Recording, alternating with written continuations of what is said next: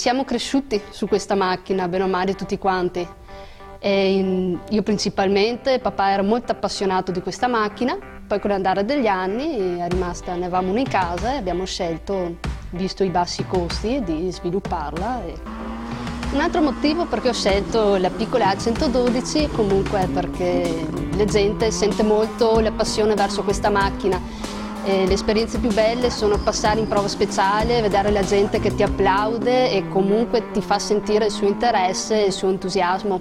Il 112 rispetto a una macchina moderna non ha ABS, servosterzo, idroguida, anzi antipattinamento, è tutta meccanica, non ha regolazioni di assetto, la devi usare così, cioè sta tutto nel pilota a sfruttare al meglio la macchina e ha tutte le sue imperfezioni nell'uscita di curva, negli inserimenti, non permette errori.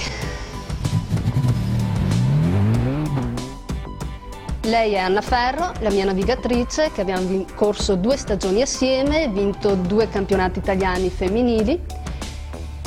Dobbiamo dire che siamo ben viste nel mondo di questo sport, ben amate, abbiamo tanti tifosi e questo ci rende fiere e orgogliose di noi stesse. E tante volte siamo anche sottovalutate da tanti maschi perché di solito la donna risulta più come un pericolo lungo le strade e invece non è proprio così.